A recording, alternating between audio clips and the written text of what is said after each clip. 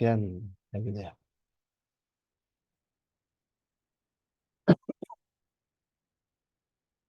Ok.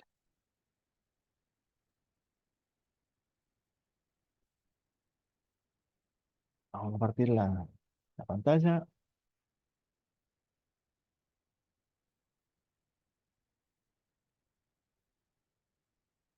Ah, ¿dónde aparece mi ventana?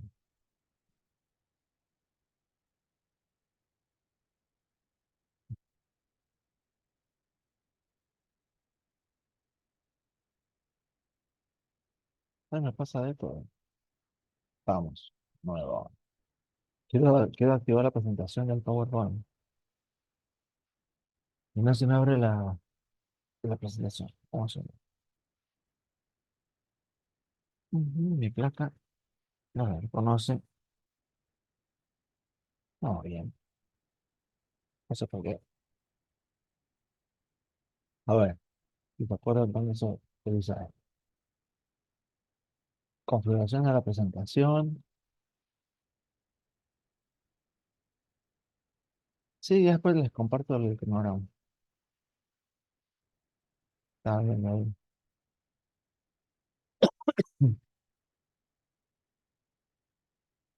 Les pido disculpas por la tos.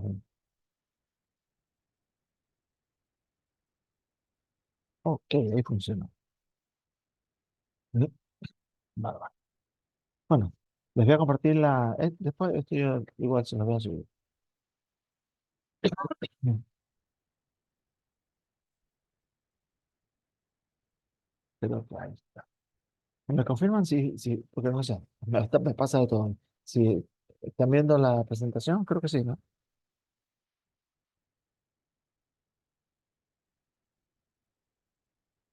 Bueno, excelente, gracias, gracias, gracias.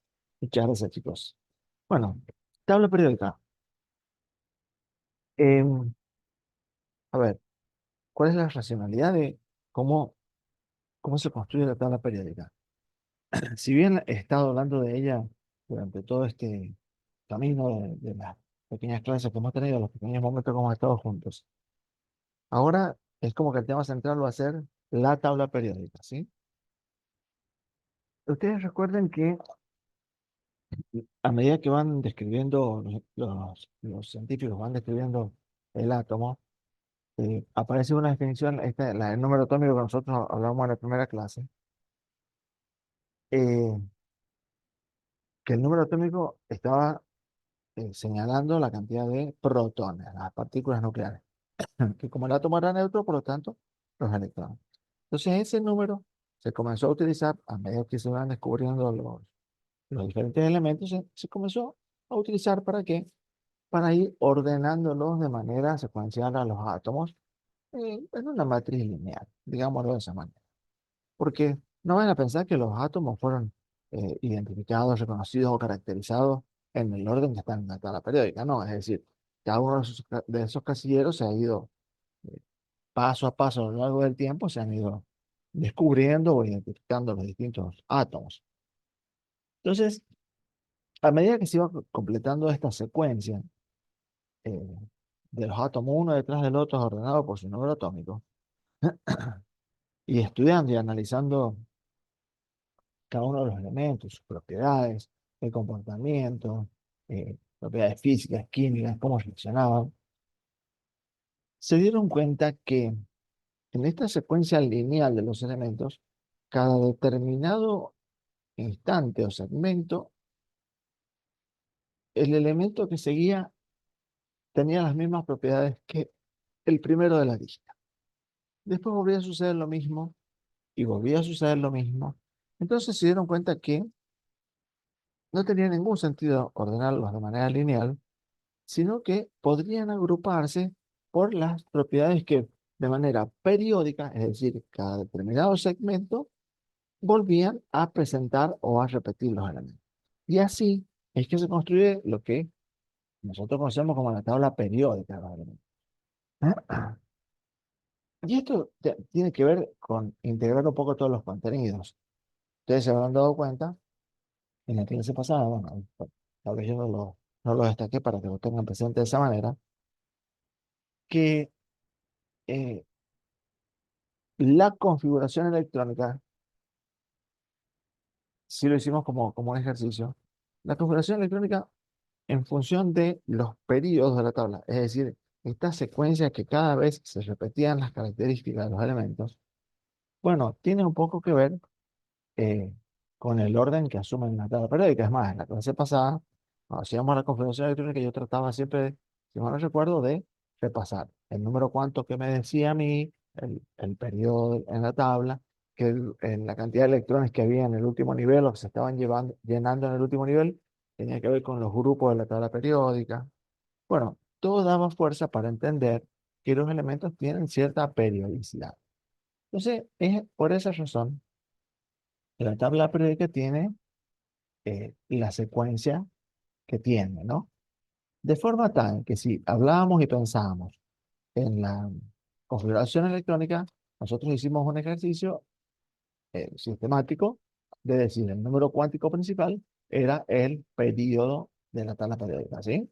Es decir, los renglones de la tabla te van señalando los niveles de energía que tiene el.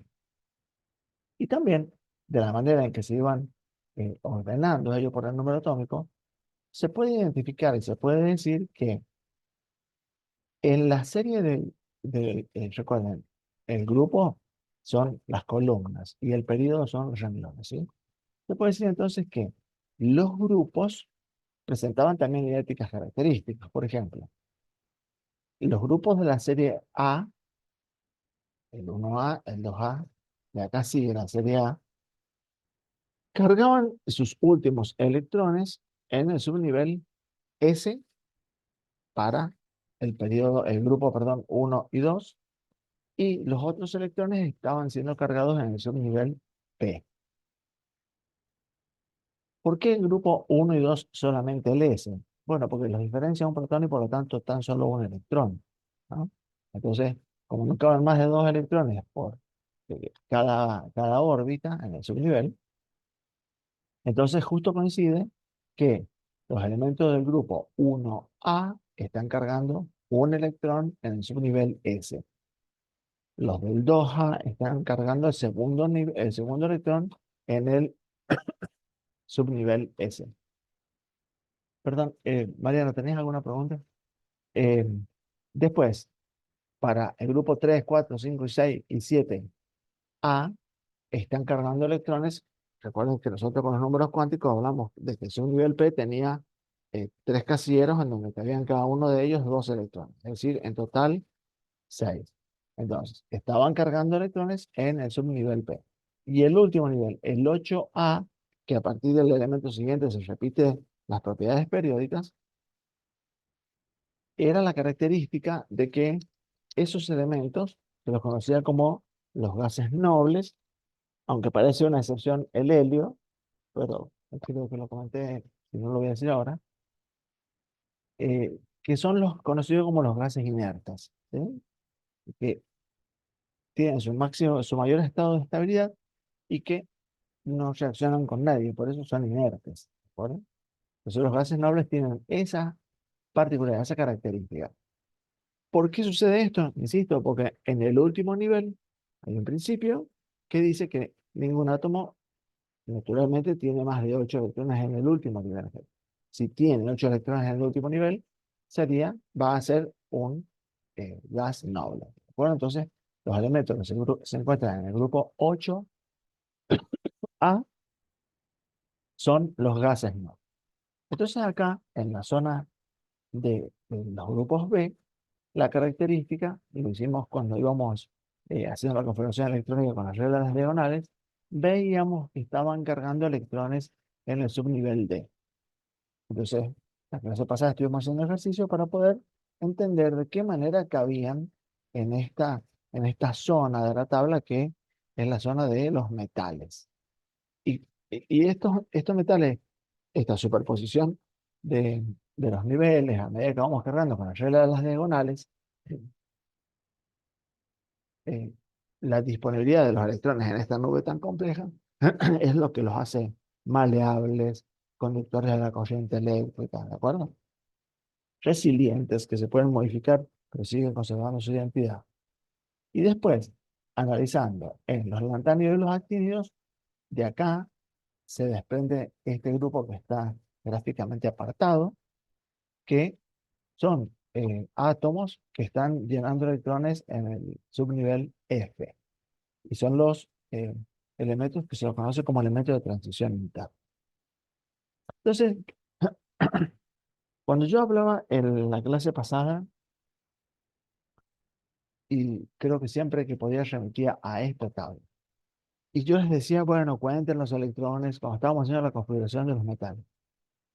Yo decía, cuenten los electrones y cuenten la cantidad de grupos. Bueno, hay algunos textos que ustedes van a encontrar, así como esta imagen que yo les estoy mostrando, que la tabla periódica no le ponen las características A y B y que a las columnas las nombran de manera secuencial. Entonces, este número secuencial del 1 al 18, que recién los hemos mostrado como la serie A, la serie B, acá en los metales, la serie A y la serie B, cuando yo les decía, revisen el orden, la cantidad de electrones que están llenando en el último nivel, los cuentan y van viendo la columna en la que está, bueno, justo coinciden estas numeraciones que están acá con esta característica de grupos eh, con números romanos y la letra B, ¿sí? Entonces, esta es una forma también legítima y verdadera de mirar la tabla periódica, ¿no? Y pensarla de esta manera te permite ubicarte mejor cuando estás haciendo la configuración electrónica de estos elementos tan particulares, que están acá en la zona de los metales. Y fíjense que en esta tabla dejan vacío el lantano y el actinio, ¿sí? En esta tabla está acá, con un asterisco, porque quiere decir que de acá esta celda se desprende en esta otra. Bueno, acá directamente en algunos libros lo van a encontrar así. Están vacíos los casilleros porque en este espacio están todos estos elementos que van transicionando con sus electrones. ¿Mm? Entonces, la serie del lantano, que es todo este que está acá, y la serie del actinio. Ellos, vuelvo a decirlo, están cargando electrones en el subnivel F. ¿De acuerdo? Entonces, esta guía que está acá, me interesa que la tengan presente para que en el parcial lo recuerden cuando haya algún ejercicio de configuración electrónica. Entonces, ustedes verifican que el elemento que yo les planteo para el número atómico que les planteé en la pregunta, justo encaja en el lugar correcto en la tabla periódica, que es como un factor de verificación. De esta manera también es legítimo verlo en la tabla, está publicado en muchos libros así. Generalmente muchos libros americanos la publican en esa manera. Y acá esta imagen de la diapositiva muestra de manera resumida, así de una manera gráfica, lo que yo les decía de la serie A, ¿no? En la serie A, la característica es que los electrones están eh, llenando la configuración electrónica de su nivel S y su nivel P, ¿no? Entonces, en el último nivel, fíjate, el- la cantidad de electrones externos, mira, 1, 2, 3, 4, 5, 6, 7, 8, que es el número del grupo A, tiene que ver con la suma de estos electrones, ¿sí? 1, 2, 3, 4, 5, 6, 7 y 8, que serían los gases nobles. Esta representación que les estoy compartiendo ahora, disculpen que tengo un poco irritado el pecho. Esta representación que les estoy mostrando acá es la que ustedes en el texto van a encontrar como la representación o la formulación de Lewis, que dicen que es la representación de puntos. Y cuando uno representa enlaces, cada enlace es como un segmento, está queriendo simbolizar que cada segmento que une un átomo al otro involucra dos electrones. Un segmento, un par de electrones. Pero fíjense, rescatando la serie A, en el último nivel energético, la representación de Lewis va a mostrar en puntitos la cantidad de electrones que ellos tienen. Por ejemplo, a ver, veamos en el grupo 6A, donde está, lo estoy señalando con el mouse. 6A.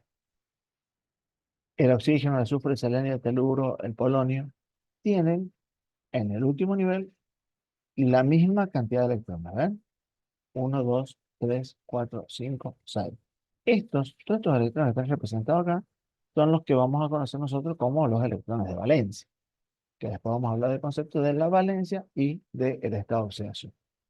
Entonces, fíjense, el grupo, por ejemplo, 6A, que lo tomé al azar, volvemos acá a esta diapositiva, el 6A, ¿cuántos electrones totales tienen externos? 6. ¿Y por qué? Porque su configuración electrónica es S2P4. Recuerden que acá no está el número del nivel, que va a ser el periodo de la tabla periódica. Pero bueno, con esto de la periodicidad, con esto de que los elementos se comportan de la misma manera, bueno, acá está la prueba gráfica de que así va sucediendo, ¿no? Ustedes ven que por grupos todos tienen la misma cantidad de electrones. Y acá va un comentario que quiero que sea para ustedes informativo, y es que entender la tabla periódica y saber cómo están organizados, acostumbrarse a mirar la tabla periódica. Por eso siempre les di consejo, y lo vuelvo a reiterar, que fotocopien la tabla periódica en blanco y que con colores ustedes vayan anotando las características. A medida que vamos avanzando, van anotando las características de los elementos, que los destacan. Esto, por ejemplo, estoy hablando ahora de los grupos. Bueno, amigarse con ese modo de la tabla periódica te va a permitir también recordar las valencias y los estados de oxidación.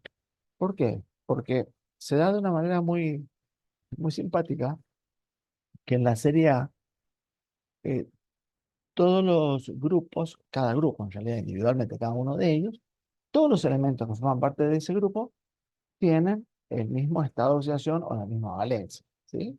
Fíjense entonces, los elementos del grupo 1A, todos tienen la característica de que en el último nivel poseen un electrón.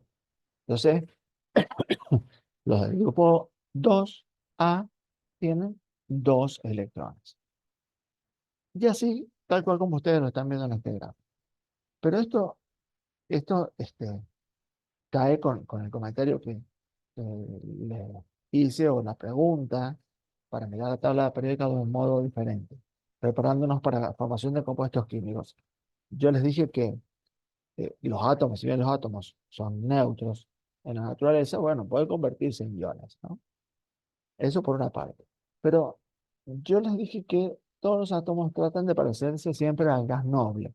Cuando tratan de reaccionar, están, están teniendo una tendencia a parecerse al gas noble.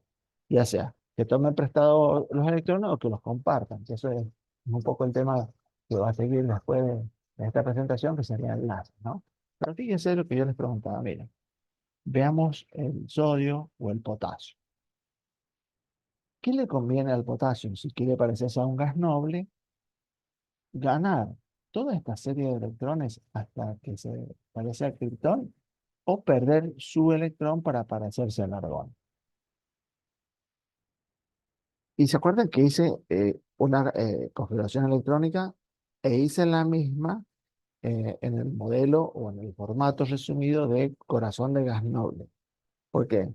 Porque acuérdense que a medida que vamos avanzando en el número atómico, van cambiando la cantidad de electrones de a uno. Entonces, siempre la configuración del gas noble más próximo está incluido dentro de toda la secuencia de configuración electrónica. Si bien nosotros la practicamos completa, cuando te pones muy ágil y tenés mucha experiencia en esto, directamente escribís corazón de gas noble y seguís de ahí en adelante. Entonces, fíjense que al potasio le va a parecer, le va a servir perder su electrón para parecerse al argón, ¿sí? Al calcio le va a servir mucho poder perder sus únicos dos electrones que tienen en el último nivel.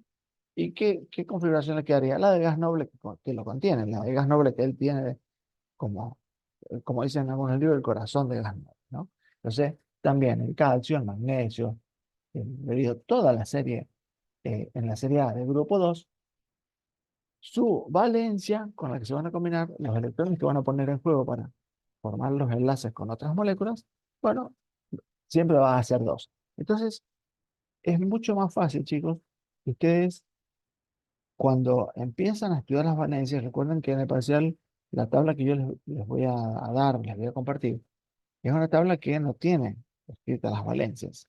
Entonces, las valencias, los estados de oxidaciones, ustedes lo tienen que saber.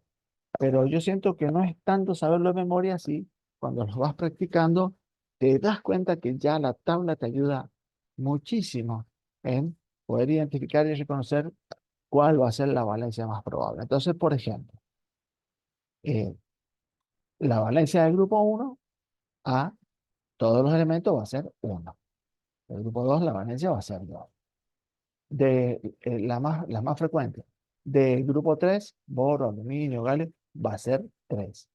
Del carbono, -2 más 2 más 4. Siempre la máxima valencia va a ser el número del grupo, en seriedad, ¿no? Entonces, -2 más 2 más 4. El nitrógeno, fósforo, arsénico, antimonio y bismuto van a tener estados de oxidación o las valencias van a ser 3 y 5, las más frecuentes, las más usadas, ¿no? El oxígeno, valencia 2, el azufre, selenio, telurio, -2 más 2 más 4 más 6, el flúor, -1 más 1 más 3 más 5 más 7. Pero fíjense, esto que yo digo así de una manera tan cómoda, tan fácil, eh, en realidad es que yo miro esta matriz, o miro esta tabla periódica, y yo me acuerdo que la máxima valencia es la del número del grupo, entonces por asociación me acuerdo de las otras. Bueno, esas cositas tienen que irlas practicando, eso sí, uno se acostumbra a practicarlo, a memorizarlo con esta guía, ¿no? Que vos vas a tener, que es la tabla periódica. En la zona de la serie B de los elementos, los metales, no es tan así, ¿de acuerdo? La valencia no siempre va a tener eh, el número del grupo. Entonces acá sí un poquito es más de memoria, ¿sí? Pero desde el punto de vista práctico, la serie A va muy fácil para estudiar las valencias.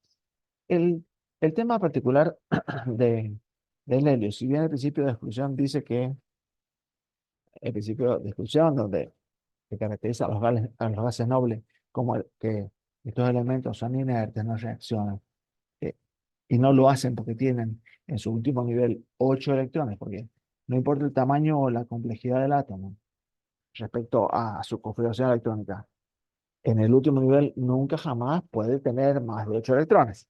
Entonces, el helio parece una excepción, pero en realidad no lo es. Si ustedes piensan y lo verifican con los números cuánticos, se van a dar cuenta que el nivel uno no tiene otra alternativa que solamente poseer el subnivel S. Entonces, el helio se encuentra como gas noble. ¿Por qué? Porque tiene su último nivel completo. Por eso es que tiene ese comportamiento y no puede tener 8 electrones. ¿Por qué? Porque no tiene orbitales. Si su número atómico, eh, ni de casualidad, puede hacer que sea 8. Sería otro elemento si fuera el número 8. ¿Está bien? Entonces el gas noble, en este sentido, es la excepción. El helio. El helio es gas noble tan solo con 2 electrones, porque es el máximo de electrones que puede contener en su configuración electrónica. No sé si se me escucha bien, porque estoy medio congestionado, chicos. Esta, esta tabla que les estoy compartiendo me resultó agradable. eh, Fíjense que la referencia para que la descarguen está escrita acá. Recuerden que esto yo se los voy a compartir, pero si pueden verla, descárguenla porque en la computadora la pueden hacer zoom. Es una tabla periódica que nos vuelve a poner como en el tema de la medicina, ¿no? Porque tengan en cuenta que a medida que yo voy a ir siempre hablando durante este periodo, voy a ir siempre mencionando algunos ejemplos de eh, el uso de los elementos en la medicina. Y cuando yo hago eso, ustedes, por favor, siempre anótenlo al margen, si yo no se los recuerdo, eh, porque vieron que yo les dije, esto anótenlo, chicos, esto es interesante. Bueno, cuando hago esas expresiones, ustedes anotan y si no, siempre que hable de medicina, anoten un poquitito al margen, pero recuerden que este premédico está enfocado en las ciencias médicas. Esta tabla eh, muestra gráficamente dónde se encuentran con mucha frecuencia estos elementos. Y está bueno. eh, Me gusta, ¿no? Eh, Pueden bajarla, es una tabla que está disponible desde la Comisión Nacional de Energía Atómica. Busquen la página y la van a encontrar y la van a poder descargar. Entonces, vos gráficamente vas a ir reconociendo. ¿Ves? Por ejemplo, el calcio en los huesos. El magnesio, si bien te dibujan acá la llanta de un vehículo, pero bueno, para que nosotros eh, sigamos en contexto de la medicina, el magnesio lo vamos a tener como un micronutriente, un oligoelemento que es necesario para las enzimas en el cuerpo. El sodio, la sal, el hierro, el zinc, bueno, acá lo ponen en la industria metalúrgica, pero bueno, para nosotros el zinc también es sumamente importante en el cuerpo humano. Pero bueno, está bueno, está muy bueno porque esta tabla es como que toca el capítulo 10 del libro de Wolf, que me parece un capítulo interesante, nota al margen, para hacer preguntas. ¿Por qué? Porque ese capítulo se ocupa de los elementos en el cuerpo humano. Entonces, yo voy a ir dando ejemplos, a poquito, así, paso a paso. Ven acá, por ejemplo, el bismuto, el bario, tienen esta cruz, que quiere decir en medicina. El bario, por ejemplo. No sé si alguno de ustedes alguna vez se hizo eh, un estudio o alguien en la familia se hizo un estudio del intestino y le dieron a beber un líquido blanco. Bueno, ese líquido blanco que te dan de beber es una sal de bario. ¿Por qué? Porque el bario es radiopaco.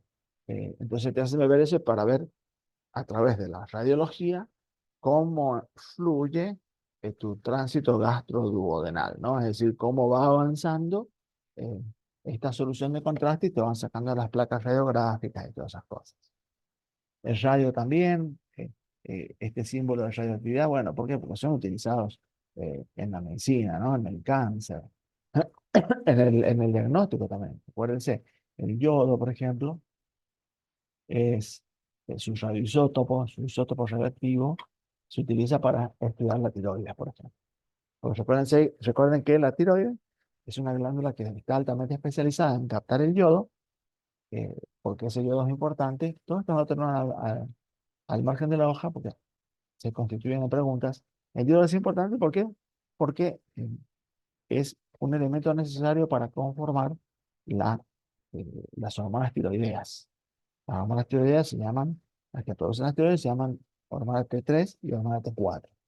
En casa habrán escuchado quizás que alguien sufre de tiroides y que les están dando medicamentos porque la concentración de estas hormonas está baja o está alta. Bueno, ¿qué significa T3 y T4?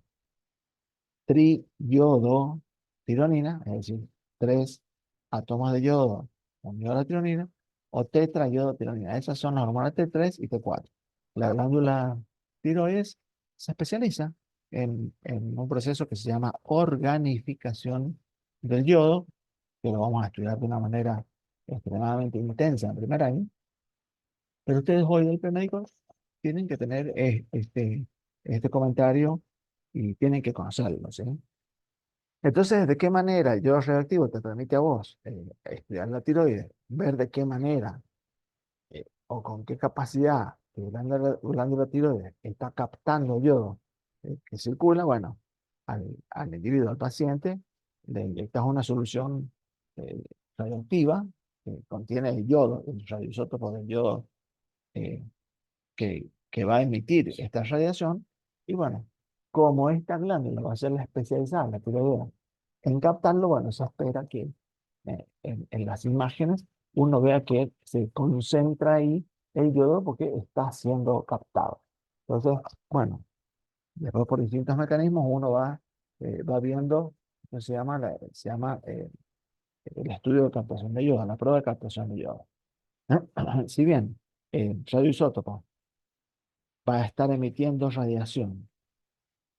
La particularidad es el que se usa, que se usa en medicina, es que tiene un tiempo de vida media relativamente corto. ¿Qué quiere decir esto? Que si bien yo te estoy inyectando en sangre una solución que tiene ya yodo radioactivo para que la radiación no te haga daño, bueno, eh, este yodo que aplicaron en sangre se va a distribuir por todo el cuerpo, se va a absorber con mayor eficiencia en la glándula tiroides, y bueno, y su radioactividad se va a ir perdiendo su radioactividad a lo largo del tiempo, generalmente entre 6 y 8 meses. Por eso el estudio de captación de yodo por la glándula tiroides no se recomienda hacerlo con una frecuencia menor a un año, ¿de acuerdo? Así que son pruebas que se piden de una manera muy, muy lejana, pero bueno, forman parte del diagnóstico médico. Otra cosa que, ¿por qué me detengo en yodo? Disculpen, por favor. Me detengo en yodo porque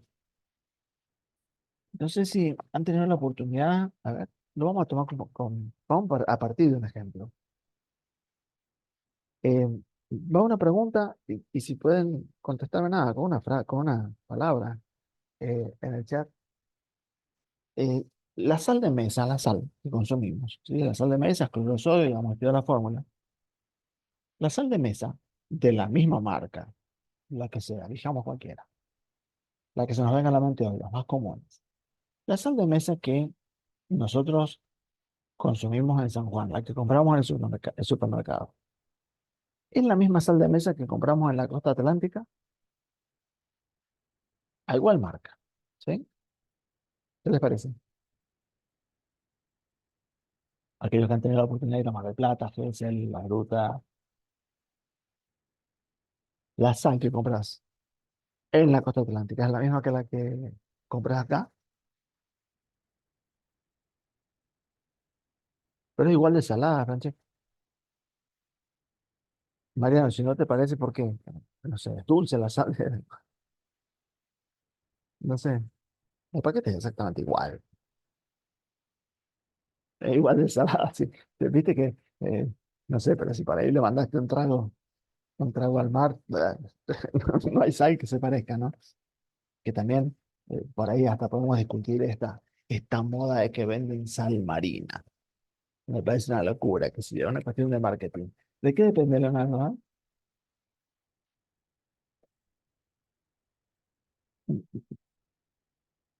A igual marca, ¿sí? La que compras en la costa es exactamente la misma que compramos acá. Es sal de la misma marca. ¿Es sí o no?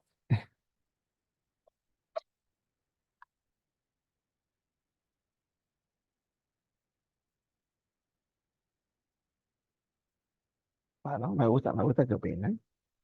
Ah, Fíjense, no vamos a estar media hora con esta pregunta, ¿no? Pero está bien. Estoy de acuerdo que la sal es la sal. Es decir, es cloruro de sodio, sí. Cloruro.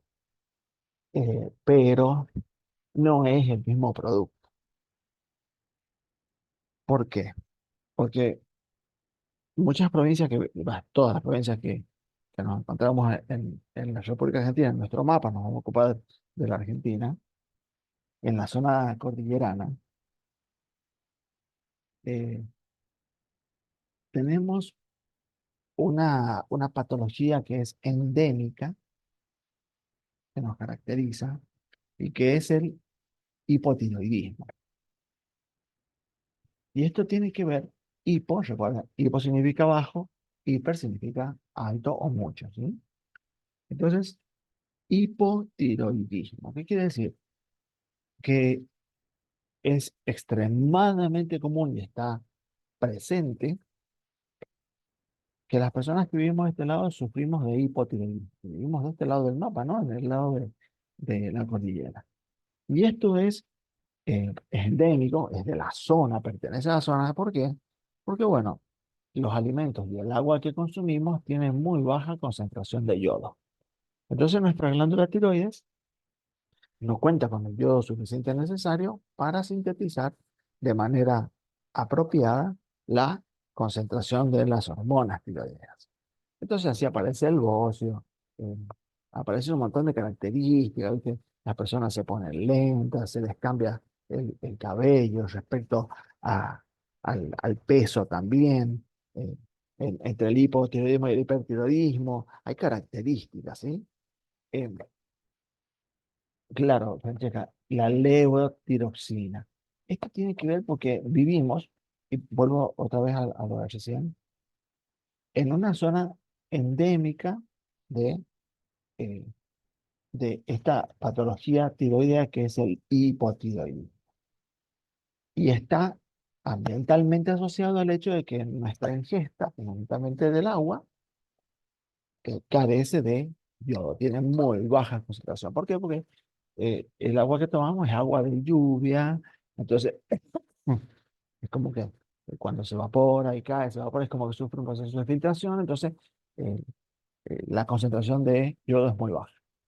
Entonces, por una ley nacional, para disminuir la presencia de las patologías tiroideas en estas regiones del país, bueno, hay una ley nacional que dice que como absolutamente todos consumimos sal, sea bueno o no, ya lo vamos a discutir después de eso, eh, siempre todo en exceso hace mal, ¿no? Pero ya vamos a discutirlo eso después de manera bioquímica y biomédica, como prácticamente a todos los alimentos le adicionamos sal, hasta inclusive cuando hacen pastelería, si algunos de ustedes son muy avesados en hacer cosas dulces y pastelería, siempre le echan una pizca de sal porque es como que junto con el azúcar realza el sabor, ¿no?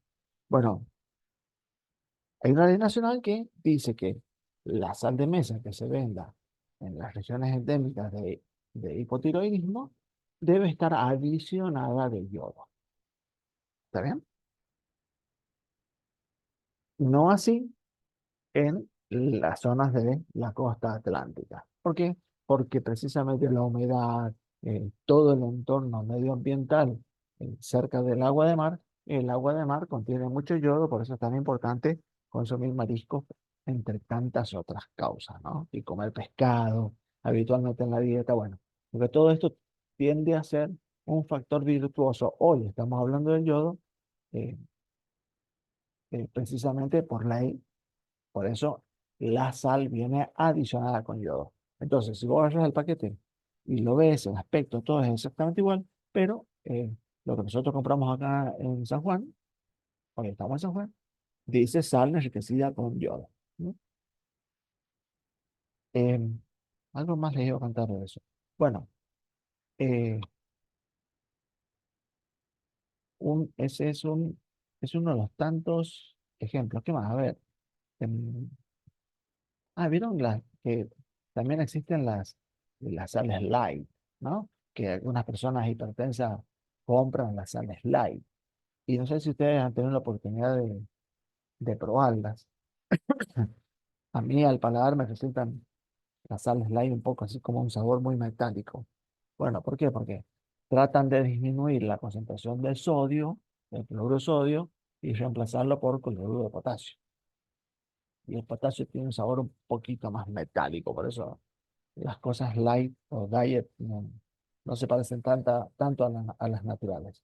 Entonces, bueno, eh, numerosos elementos, numerosos componentes de la tabla periódica. Esto que yo estoy hablando, por favor, recuerden, creo que es la tercera vez que lo he dicho, estoy rescatando contenidos del capítulo 10 que se llama Elementos de la Vida, que es un capítulo sumamente importante que va para el parcial, ¿de acuerdo? Que tal vez no me pare nada más que hablar de eso porque sistemáticamente voy mencionando cosas. Por ejemplo, hoy estoy prácticamente hablando de el capítulo 10 mientras estoy hablando de tabla periódica. Entonces, micronutrientes, oligoelementos, zinc, cobre. Fíjense ustedes, chicos, en los recipientes de estos productos lácteos, los flanes, los postres. Ustedes vean que hacen una propaganda muy visual de que contienen zinc, magnesio, molibdeno, cobre, cromo, níquel. Bueno, y uno dice, bueno, ¿para qué estos metales? Y bueno, forman parte de las reacciones enzimáticas. Ya vamos a estudiar en la segunda mitad qué son las coenzimas y ahí vuelve a tomar valor lo que estamos charlando ahora. Entonces, de los elementos de la tabla periódica, muchos de ellos son constitutivos del cuerpo del ser humano. ¿Eh? Entonces, de alguna manera tenemos que incorporar. Sus déficits provocan patologías, ¿de acuerdo? Entonces, al calcio, el bario para el diagnóstico, las sales de bismuto, esas que se toman para este, la gastritis o para la diarrea, eh, el magnesio, la leche de magnesia, que es un antiácido. Bueno, todo lo que ven por acá está muy bonito porque visualmente te pone en la agenda del conocimiento eh, esto de que muchos elementos de la tabla periódica, bueno, forman parte de nuestra vida. Y fíjense les voy a hacer una pregunta que parece, o al menos espero que parezca un poco graciosa y risueña. Eh, el hierro es un elemento, por ejemplo, el hierro, si bien ahí al hierro lo ponen en la industria metálica, del metal, ¿eh? El hierro para nuestro cuerpo es extremadamente útil, tremendamente necesario. Cuidado, que el exceso de hierro provoca patología, una patología que se llama la sideremia. Acuérdense que la plumbemia, el plomo, recuerden que el plomo se escribe con la P y la B alta, ¿no? Plumbum, de ahí viene del latín, es el plomo, el que está acá, y muestran las baterías de los autos. El plomo de la nafta. Bueno, la plumbemia es tóxica, es tremendamente tóxica para el ser humano y bueno, esa es una de las tantas razones por las cuales a los chicos que trabajan dispensando combustible les obligan a usar guantes, fundamentalmente a las mujeres, ¿sí? Porque, bueno, tiene algunos efectos bastante negativos eh, en el embarazo, extremadamente negativos. Entonces, volvamos al hierro. El hierro es necesario para una molécula que la vamos a estudiar en profundidad en este curso de idioma, en profundidad, la vamos a presentar de una manera molecular. eh, es constitutivo de la hemoglobina. La hemoglobina es una molécula compleja de la química orgánica que va para el segundo parcial, que se ocupa de transportar el oxígeno. Entonces, la hemoglobina, esta molécula, mioglobina, sería su pariente más cercana, que es eh, la molécula que hace que nuestra carne, el músculo, sea rojo. Ya vamos por qué la hemoglobina y la mioglobina hacen que sea rojo. La mioglobina almacena oxígeno en el músculo y la hemoglobina transporta. Este detalle particular no se los voy a preguntar en el parcial, me interesa el análisis del hierro, porque eso va para el segundo parcial. Pero bueno, nota al margen, lo dejan anotado. Eh, es muy común, es muy frecuente que en el embarazo, en los niños, eh, presenten déficit de hierro. Y si hay poco hierro, hay poco contenido de hemoglobina, de esta molécula, dentro de los glóbulos rojos. Por eso los glóbulos se ven rojos, porque tienen hemoglobina que con la luz se tiñe de color rojo. Entonces, el hierro se asocia, sin ninguna duda, con la anemia, ¿no? La anemia ferropénica. Pénico es disminuir. Entonces, cuando disminuye el hierro, generalmente eh, uno puede asociarlo que el individuo va a sufrir de anemia. Entonces ahora va la pregunta eh, un poco chistosa, capciosa y que pretendo que no se olviden, porque también podemos hacerla con el calcio, por ejemplo, para que ustedes anoten una palabra al margen de la hoja, que es una palabra clave que no recuerdo si está en el libro. Eh, si nosotros sabemos, supónganse que ustedes ya son médicos y van a hacer el abordaje de una mujer embarazada y estudian y el laboratorio les retorna que sí, tiene una anemia por déficit de hierro.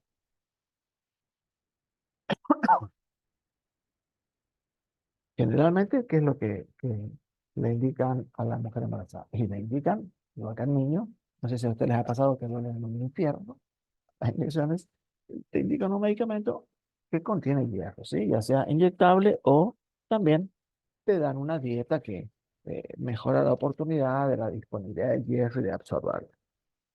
Pero claro, acá va mi pregunta, que rompe un poco la razón, para poner un poco de humor. Si, vamos a la primera pregunta para ustedes. El hierro, chicos, del que estoy hablando yo, el que forma parte de la hemoglobina, que está dentro del glóbulo rojo, en el medio de esta molécula tan compleja y que fija el oxígeno. ¿Ese es el mismo hierro de los clavos de la construcción?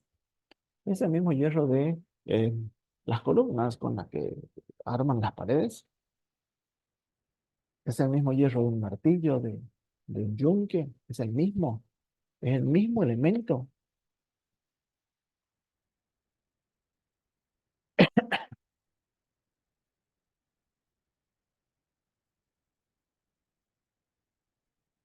¿Qué les parece a ustedes? ¿Sí o no?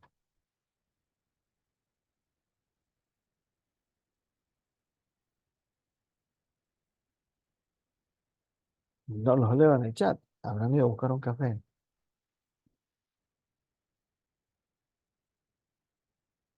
Ok. Bueno, Mariano, sí. Me encanta el criollo. Mm, Mira, Francesca, en otro estado, no lo sé. Eh, ¿Qué estado diferente puede ser el que esté en el clavo y el que esté en la hemoglobina? Si el átomo es hierro. ¿Por qué les hago esta pregunta? Porque yo me pregunto, ¿por qué razón prescribirle un medicamento con hierro a una persona que tal vez tenga dificultad de comprarla? Está bueno tu mirada, Mariano. Y no decirle que chupe un clavo. Les cuento que el hierro es exactamente el mismo, ¿sí? El hierro como elemento es el mismo. Igual que el calcio para los huesos es el mismo. ¿Por qué entonces a un paciente que tiene fragilidad ósea o sufre de osteoporosis, que está afectado su mineralización ósea y tiene que consumir calcio, le decís que tome leche enriquecida en calcio, le decís que coma alimentos con calcio y no le decís, mire, cuando pase por el vecino, chupe, mastique un poco de cal o cuando vaya a la escuela, comas una pizza, que te puedo asegurar que es mucho más barato de comprar una caja de comprimidos, ¿no? Esclavos asquerosos. No sé, qué sé yo, sobre gusto no hay nada escrito, ¿no? Pero en vez de andar con un palillo, podrías andar con un clavito ahí puesto en el labio y lo vas chupando y lo vas absorbiendo o con una tuerca y la vas dando vuelta en la boca. Me encantaron me encantaron las risas. La verdad.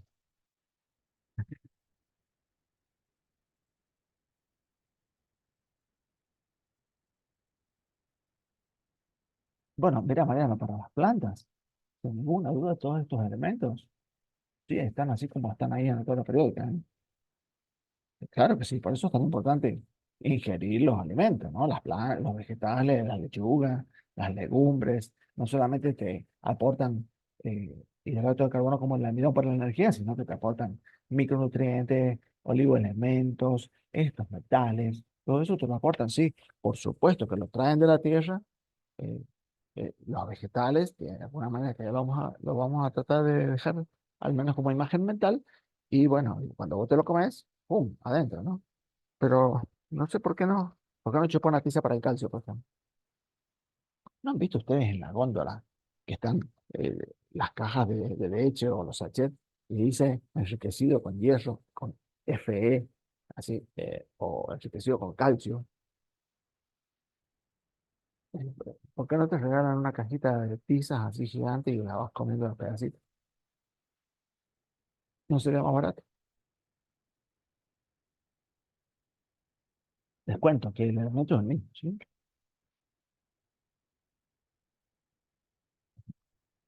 Estoy aceptando a Natalia. Bienvenida, Natalia. ¿Por qué no? ¿Por qué no masticar, no comer una tiza? ¿Por qué no chupar un clavo? Así, dicho de una manera muy tosca. ¿Saben por qué no, chicos? Porque la palabra básica y fundamental, y quiero que la anoten, es la siguiente. El hierro que uno puede masticar o chupar, que graciosamente tratamos de imaginar, o el calcio que está en una tiza de pizarrón, contiene el elemento, pero nuestro cuerpo no se puede apropiar de él. No lo podemos organificar, es decir, nuestras células no pueden tomar este elemento así crudo, crudo, puro de la tabla periódica, hacer lo propio, meterlo en el metabolismo. Para lograr eso, el hierro, el calcio y cada uno de los elementos de la tabla periódica deben tener la característica de ser, anótenlo esto, biodisponibles. Entonces, el hierro que está adicionado en los productos lácteos está en condiciones biodisponibles. ¿Esto qué quiere decir? Que este átomo de hierro está asociado a biomoléculas, a proteínas generalmente, de manera tal que el cuerpo absorbe la proteína y puede procesar y metabolizar el elemento. ¿De acuerdo? El sodio, perdón, en este caso el hierro que estamos dando como ejemplo, o el calcio. Y un poco es lo que recién Mariano vos comentabas, es lo que hacen las plantas. Lo que las plantas hacen, toman los elementos puramente inorgánicos y lo van metiendo en su arquitectura y lo van organificando. Lo hacen biodisponible. Entonces, la biodisponibilidad del alimento, del elemento de la tabla periódica, es lo que hace que nuestras células puedan tomarlo y eh, hacer que formen parte de las moléculas que gestionan un montón de recursos en el cuerpo. ¿Eh? Entonces la palabra clave ahora es biodisponible. Bien. Es decir, a ver, Mariano, mm, mm, mm, sí, sí, que puede ser absorbido, internalizado y procesado, ¿no? Biodisponible quiere decir que está asociado a moléculas que lo hacen apto para que nuestro cuerpo pueda tomarlo como nutriente. Porque si no, si nosotros comiéramos, pongamos que de alguna manera comiéramos polvillo de hierro, de cualquier manera, imaginemos, lo vamos a defecar tal cual como lo hemos ingerido. Nuestro intestino no lo podría absorber, ¿está bien? Y esto ya es un comentario para que ustedes sepan, desde el punto de vista del análisis químico de muchos alimentos que están suplementados, cuando uno hace la valoración química de que si está presente o no el hierro, por ejemplo, que sería el aditivo, bueno, uno químicamente en un frasquito de vidrio lo puede poner en evidencia si esta leche está enriquecida con hierro. Entonces, como dice la etiqueta, efectivamente tiene hierro. Pero la pregunta es, ¿el hierro que contiene es biodisponible? Bueno, quiero contarles, no voy a hablar de marcas, pero que generalmente aquellos productos, por ejemplo, las leches, la más cara, científicamente posee hierro, igual que las otras, pero lo posee de manera biodisponible. Las otras simplemente lo tienen. Entonces, bueno, lo barato sale caro, ¿no? Entonces, bueno, acuérdense la palabra biodisponibilidad, porque muchos de estos elementos de la tabla periódica, para que nuestro cuerpo los pueda apropiarse de alguna manera, tienen que estar de forma biodisponible. Entonces, esa pequeña palabrita, la agrego. Bien, acá, recuerden, chicos, de avisarme de unos 5 o 10 minutos antes que terminemos la clase. Eh, esta diapositiva que puse acá, me parecía interesante. ¿Para qué? Para recordar y repasar cómo la configuración electrónica nos permite identificar el elemento en la tabla periódica. ¿Sí? Entonces, el, este, el número cuántico principal, el más grande, es el que define el periodo, y los electrones del último nivel es lo que define el grupo. ¿De acuerdo? Entonces, en la serie B, bueno, también es la sumatoria de los electrones. ¿De acuerdo? Esta diapositiva es un resumen de la clase pasada. A ver, perdón. De hecho, bueno, fíjate una cosa, Mariano, es interesante lo que vos decís. Eh, Vos sabés que si a la leche le acercás el imán, eh, en la de una marca en especial, no lo vas a poder ver ayer. Miren, hay una prueba muy simple. Compren una, compren una leche de una marca extremadamente alternativa, barata, eh, enriquecida con hierro, y compren esa de la caja negra, y con harina 4 ceros, la harina blanca, blanca, blanca, hagan una masa chiquitita, así, con leche, haganla la masa. Háganla bien finita la masa y la dejan al aire, en el sol, ¿sí? Afuera de casa, que le dé el sol, que le dé el aire.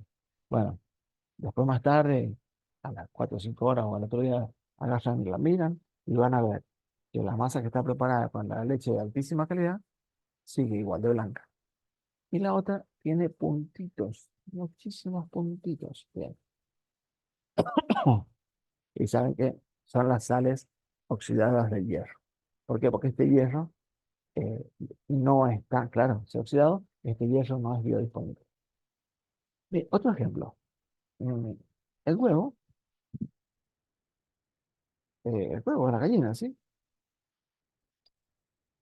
A ver, digan sí o yo, si alguna vez han visto que el huevo duro, cuando lo cortás o cuando ya está cocinado, lo abrís, eh, alrededor de la yema, entre la clara y la yema, se nota así como que hay una capa, ¿de qué color es?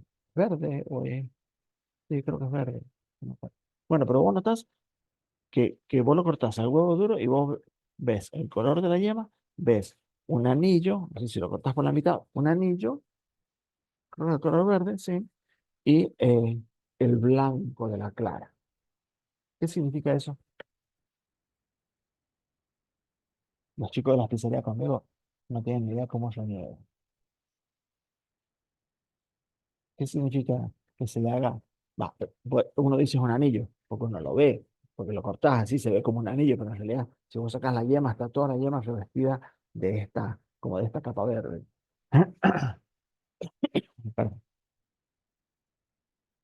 ¿Qué sucede ahí? ¿Qué pasó con el huevo? Si vos lo cocinás de la manera correcta, mira qué interesante. Francesca, por ahí uno dice, oh, estudiar química inorgánica es un pelmazo. Eh, Fíjate, vos para preparar me parece una clase de nutrición esto. Para preparar un huevo duro, no tenés que cocinarlo más de 10 minutos.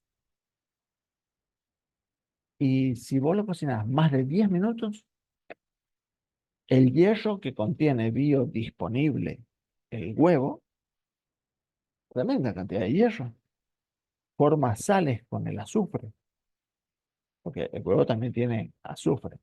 Por eso es el olor a huevo podrido cuando el huevo se fermenta y está viejo, o se le hizo una perforación, después se olor a huevo podrido, que quizás les ha pasado que en alguna fiesta o en una escuela, en la escuela alguien llevó unas bombitas de olor que echan olor hacia huevo podrido en líquido. Bueno, eso es sulfuro, es ácido sulfídrico, es sulfuro ferroso. Bueno, este azufre reacciona químicamente con el hierro, forma esta sal, se coloca alrededor de la yema, entre la clara y la yema, y de esta manera el huevo perdió la capacidad nutricional de aportar hierro. Eso es lo que ha sucedido. Es decir, que, tal cual, Francesca, el huevo que tiene el anillo verde ha perdido todas las propiedades nutricionales. Al menos te garantizo que ese hierro, el intestino, lo va a defecar tal cual como así lo viste. Deja de ser biodisponible porque formó sales inorgánicas. Entonces, cuando yo pido una pizza especial, Generalmente siempre tratamos de cocinar en casa porque nos gusta. Pero pido una pizza especial y viendo la rodaja de huevo y el huevo tiene un anillo verde, le digo, flaco, disculpame, esta pizza está recalentada. O los huevos son viejos y los has hervido, vaya a saber cuánto tiempo en una olla así gigante. No lo sé, no tengo idea. Pero bueno, por eso algunos se enojan conmigo.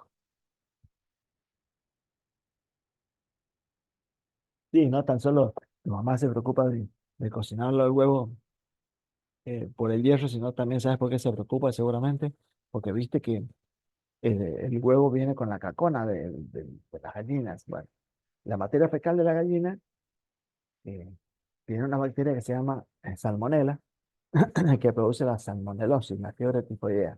Provoca una diarrea muy severa, tremendamente severa, que inclusive hasta te deja inmunológicamente marcado el intestino por un tiempo muy largo, ¿no?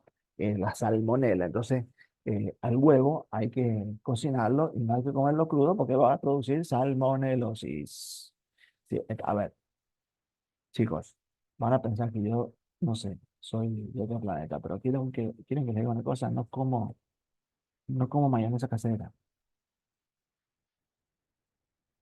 porque no sé si después la diarrea que te ocasiona haber comido el lomo con mayonesa casera artesanal preparada a mano es consecuencia de la salmonela del huevo que tenía materia fecal, que rompieron el huevo, lo echaron con toda la mejor onda, lo hicieron con todo el cariño, pero está la contaminación fecal de la gallina. Y aparte les cuento otro detalle, chicos. La cáscara del huevo no es hermética, es totalmente porosa. Y si no me creen, hagan un huevo, lávenlo bien, échenlo compren, viste, que viene esa tinta para alimentaria. Prepárate un poquito de tinta alimentaria, dejarlo al huevo ahí 24, 48 horas, después sacarlo y cocinarlo, vas a ver que tiene el color de la tinta, porque la pared es porosa. Así que tu mamá te hace cocinar el huevo por eso, precisamente. Por eso no hay que tomar los cócteles, esos que uno toma en el gimnasio, ¿viste? Que tomas el cóctel del huevo crudo. No. Y te cuento otro detalle. Si alguien cree que el huevo crudo produce una alta nutrición, está totalmente equivocado. De lo que menos sabe es de nutrición. Porque les cuento un detalle. Esto es simplemente un comentario. En la clara del huevo, crudo, posee una molécula que se llama la avidina. Esta avidina eh, provoca complejos queloides, es decir, deja, eh, le cambia las características de organificación a muchos elementos y hace que eh, el, el huevo te provoque déficit vitamínico. Es decir, que si vos comes para ir al gimnasio huevo crudo, porque sos el mejor atleta del mundo y alguien te lo dijo, te quiero decir que no estás aportándole nada positivo a tu cuerpo, al contrario, le estás quitando un montón de recursos.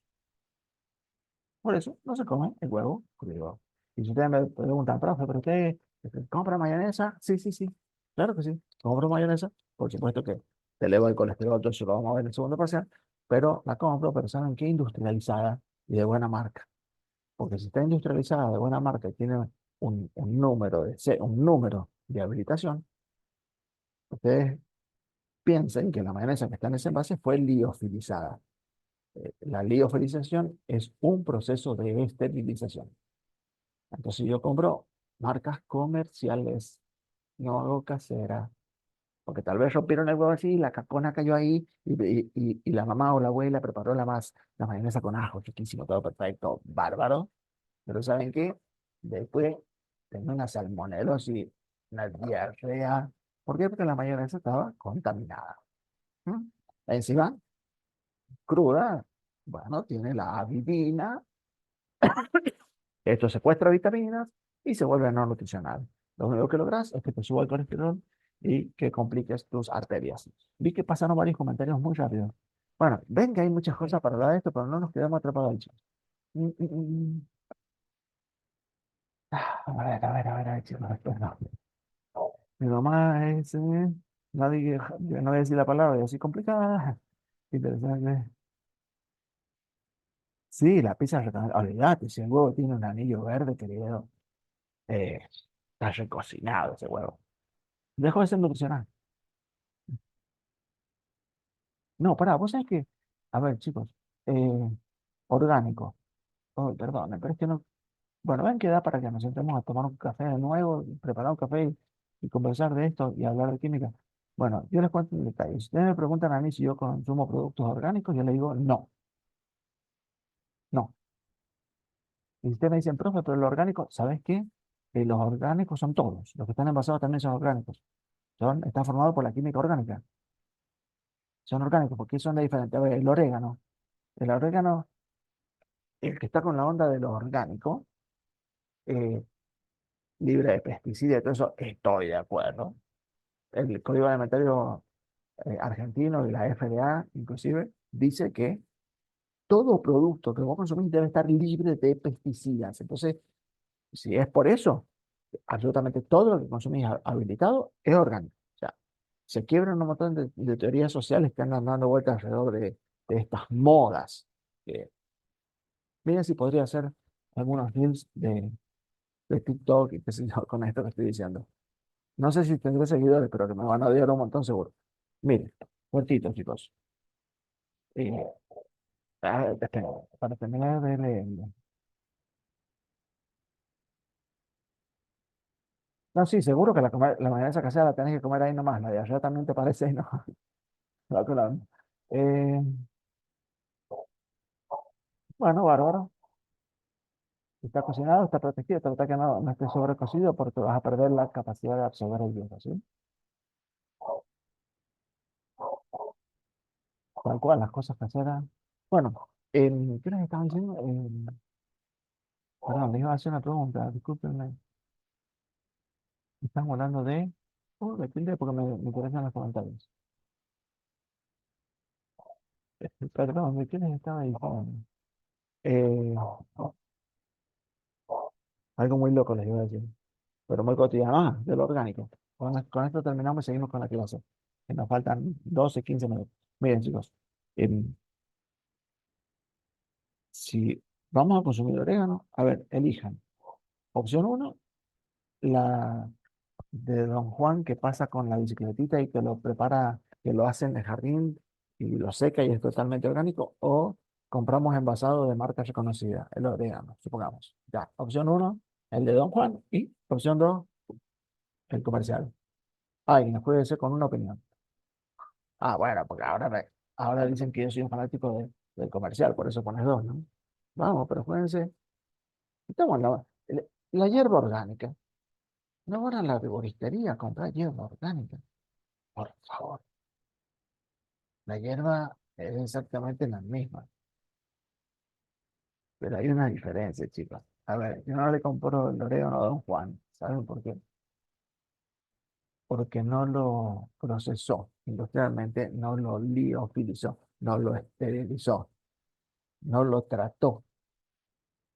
Entonces, no le eliminó el pis y la caca de la rata que va abajo de la planta, no le eliminó los parásitos y los hongos del pelo del perro que se acuesta a la sombra de la plantita, no le eliminó la tracona del gato y no sé cuántas alimañas más andan por ahí.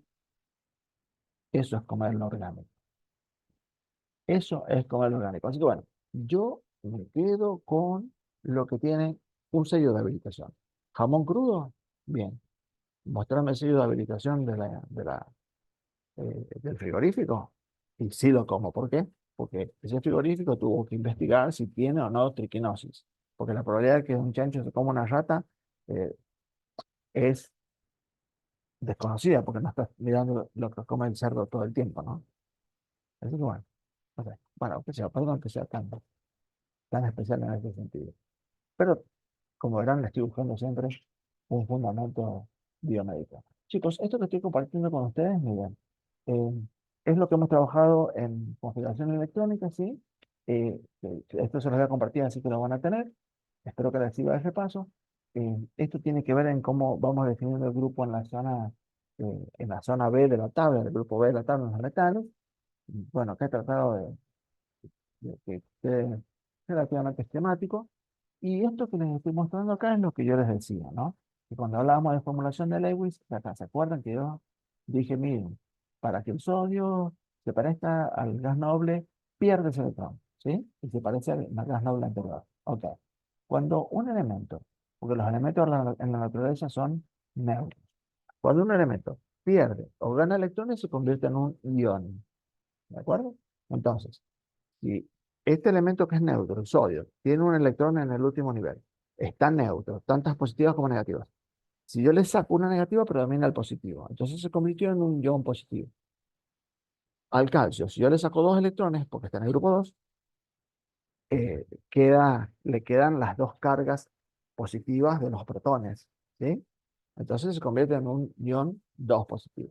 Bueno, pero si yo al cloro le agrego un electrón para que se parezca al gas noble más próximo, bueno, si él está neutro y yo le agrego una partícula negativa, la carga total va a ser negativa, uno. Si le agrego un electrón, si le agrego dos a otro elemento, será dos negativo y así.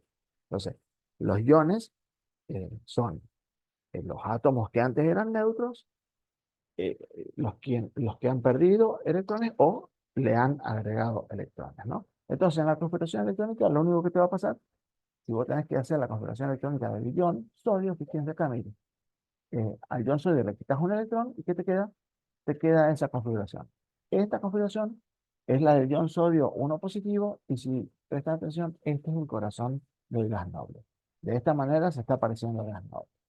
El aluminio, que tiene valencia 3, si vos le quitas los tres electrones, queda con esta configuración.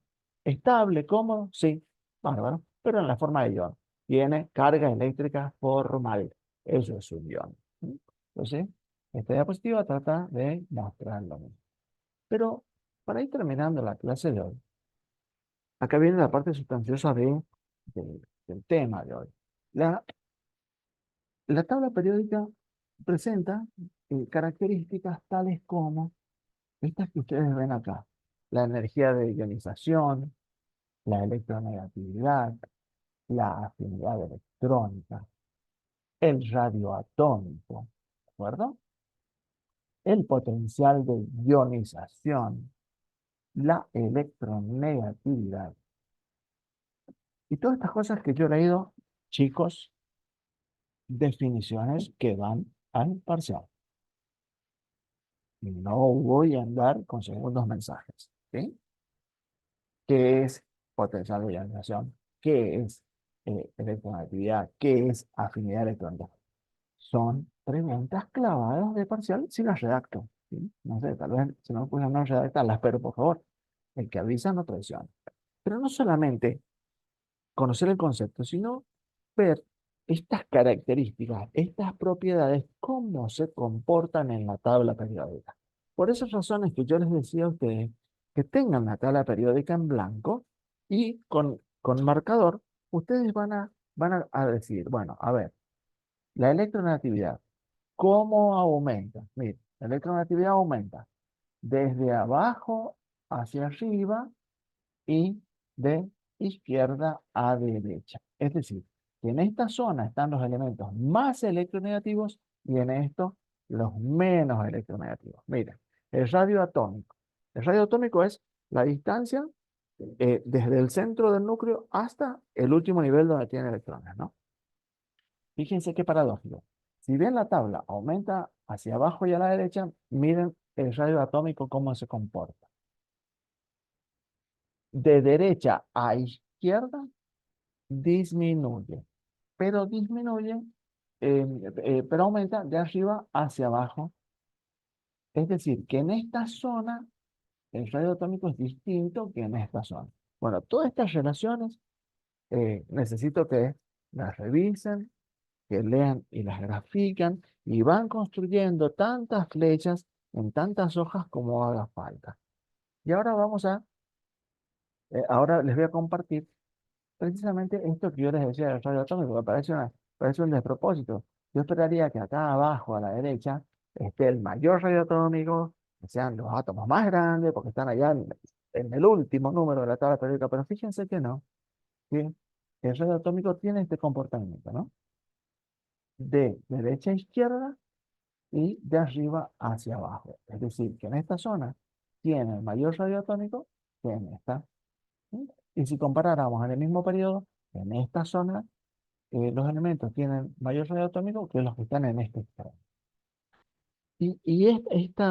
Este juego de comportamiento son preguntas del parcial, ¿sí? Entonces, en el parcial yo, ¿cómo les puedo formular una pregunta? Agarro un elemento que está acá y le pregunto, ¿el radio atómico de este elemento es mayor o menor que el que está por acá? Entonces ustedes si saben hacia dónde se mueven las propiedades, gráficamente cuando vean la tabla, simplemente, nada, la memoria hace un clic y encuentra la opción correcta. Y acá tienen un poquito qué pasa con los radioiónicos. Obviamente, si vos en el átomo entero vos le estás sacando los electrones del último nivel, le estás haciendo perder un nivel. Por eso es que el radio del átomo respecto de su ion cambia, ¿sí? Se achica. ¿En qué? En el caso de los iones positivos, aquellos iones que perdieron el electrón del último nivel. Pero si vos a un átomo le agregás un electrón, le estás aumentando eh, en la capa externa. Entonces, en los iones negativos, generalmente no. Es así. El radio atómico, el radio iónico es mayor que su radio. Pero estamos hablando del mismo elemento, ¿sí? Del mismo elemento. No estamos hablando del comportamiento de la tabla. Estamos hablando del mismo elemento. Respecto del átomo, si el ion es positivo, el radio iónico es menor. Respecto de este átomo, si el ion es negativo, el radio iónico es mayor. Cuidado con esto, que parece un juego de palabras, pero hay que leerlo, reflexionar. Y por ahí terminando, acá yo les he compartido en estas pequeñas, en estas 2 o 3 diapositivas cortitas, las definiciones para que están extraídas del libro, ¿sí? Miren, la energía de ionización o potencial de ionización, así lo van a encontrar en otros libros, es esto, ¿no? La energía de ionización de un átomo es la energía necesaria para arrancarle un electrón de mayor energía de un átomo gaseoso, ¿no? Es la energía para arrancarle, ¿sí? Esa es la energía de ionización. ¿Cómo crece? Y bueno, crece de izquierda a derecha y de abajo hacia arriba. La afinidad electrónica es la energía liberada, el átomo la libera, la suelta, cuando un átomo de estado gaseoso capta un electrón. Yo recibo un electrón, libero un electrón. Entonces, ¿hacia dónde se mueve?